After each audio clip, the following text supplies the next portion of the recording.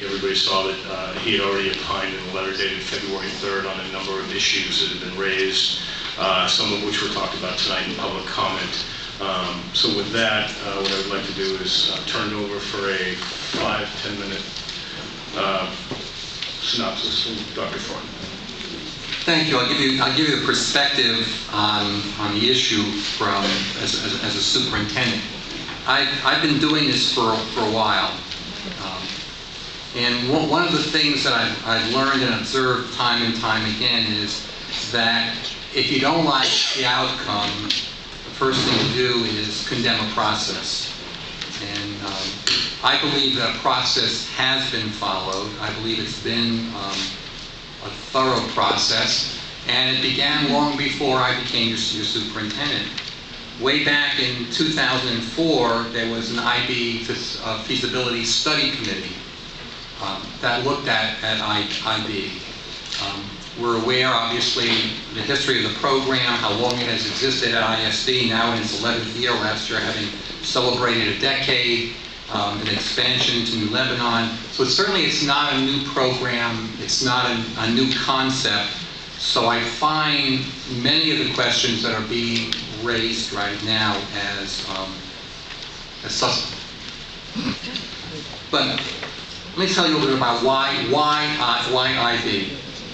I was brought on as superintendent to make things happen, to solidify an organization, to improve student outcomes, and to restore greater public confidence in our schools and improve student outcomes, but beyond outcomes, really to provide for and ensure a balanced education for all students. I see that as my mission, and I'm passionate about that.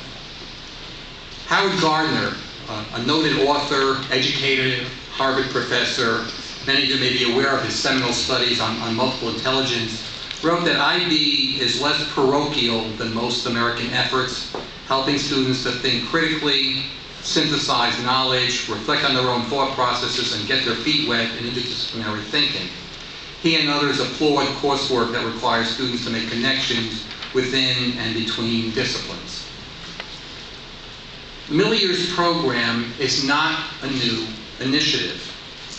It provides a unifying framework for many of the strategies and objectives that we are trying to achieve. It pulls together transdisciplinary units and capstone projects and a focus on inquiry and the capacities of the vision of the graduate and TEPL and backward design and much more, all programs that provide good pedagogy, best practices, and a high quality training. It's not new. It's not, and it is in fact, the elements of it are being provided across the district at all levels. As our curriculum areas undergo a review, as new units are written, as teachers improve their delivery of instruction in alignment with TEPL, as we work towards aligning with the vision of the graduate and with this newly adopted national core curriculum standards, all learning areas are moving from a traditional delivery to one that continues to highlight a core body of knowledge while also guiding students to apply this information in order to problem solve, to advocate, to critically interpret data. The MYP is providing a uniform framework and a professional learning to help support this transition. Why Western Middle School? At the time that the exploration began, Stacy Gross was Western Middle School principal.